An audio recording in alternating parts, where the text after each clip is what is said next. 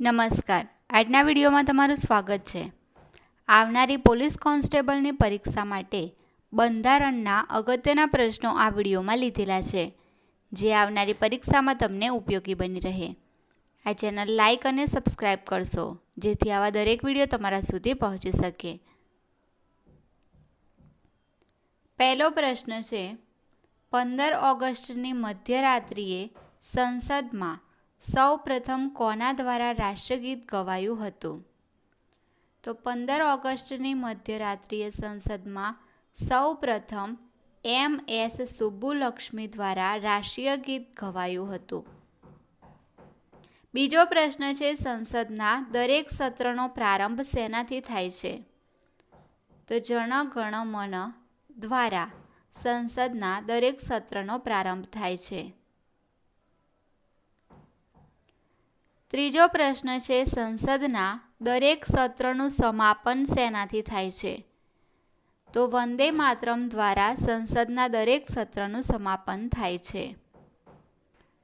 ચોથો પ્રશ્ન છે, રાષ્ટ્રગીતને સૌ પ્રથમ તાલબદ્ધ કરનાર કોણ હતા? તો રાષ્ટ્રગીતને સૌ પ્રથમ તાલબદ્ધ કરનાર હતા યદુનાથ ભટ્ટાચાર્ય. ભારત સરકાર દ્વારા શક સંવતનો રાષ્ટ્રીય પંચાંગ તરીકે સ્વીકાર ક્યારે કરાયો? તો 22 માર્ચ 1957 શક સંવતનો રાષ્ટ્રીય પંચાંગ તરીકે સ્વીકાર કરવામાં આવ્યો હતો. છઠ્ઠો પ્રશ્ન છે, ભારતીય કેલેન્ડર કઈ પદ્ધતિ આધારિત છે? તો ગ્રેગેરિયન. સાતમો પ્રશ્ન છે, ભારત સરકારે રૂપિયાનું પ્રતીક ચિહ્ન ક્યારે સ્વીકાર્યું? તો 15 જુલાઈ 2010. આઠમો પ્રશ્ન છે, ભારતીય રૂપિયાનું ચિહ્ન કોના દ્વારા તૈયાર કરાયું હતું? ડી. ઉદયકુમાર દ્વારા. ભારતીય ધ્વજ સંહિતામાં ક્યારે સુધારો કરાયો? તો 26 જાન્યુઆરી 2002. અશોકના સારનાથ ખાતેથી લેવામાં આવેલ રાષ્ટ્રીય ચિહ્નમાં હાથી, ઘોડા અને સાંઢ જેવા પશુઓનો સંબંધ કયા મહાપુરુષના જીવનથી છે? મહાત્મા બુદ્ધ. ભાષા આધારિત રાજ્યની રચના માટે સૌ પ્રથમ કયા આયોગની રચના કરવામાં આવી હતી? S.K.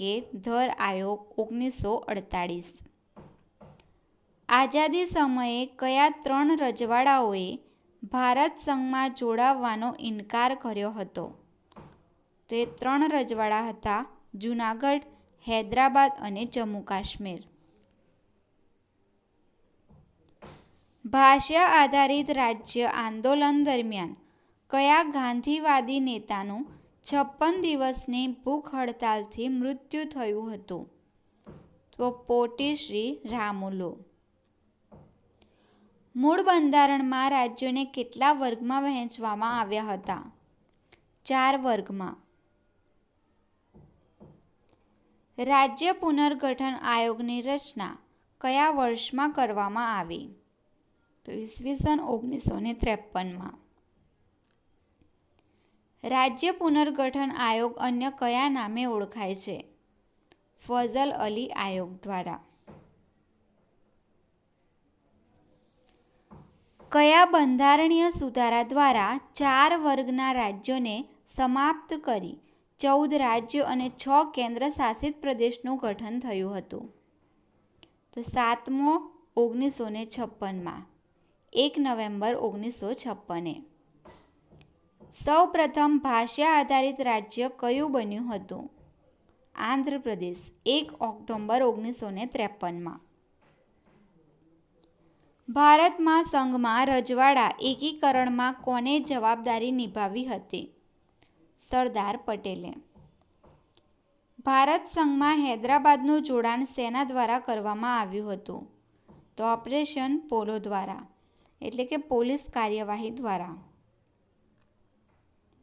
ભારત સંઘમાં જમ્મુ કાશ્મીરનું જોડાણ સેના દ્વારા કરવામાં આવ્યું હતું? વિલયપત્ર દ્વારા. ભારત સંઘમાં જૂનાગઢનું જોડાણ સેના દ્વારા કરવામાં આવ્યું હતું? પ્રજામત દ્વારા. હૈદરાબાદના વિલીનીકરણમાં કયા સાહિત્યકારે મહત્વનો ભાગ ભજવ્યો હતો? તો કનૈયાલાલ મુનશીએ. દાદરા નગર હવેલી કયા વર્ષમાં પોર્ટુગીઝોના હાથમાંથી સ્વતંત્ર થયું? ઈસવીસન 1954માં. ભારતની સેનાએ ક્યારે ઓપરેશન વિજય દ્વારા ગોવા, દીવ અને દમણ કબજે કર્યું? 18 ડિસેમ્બર 1961.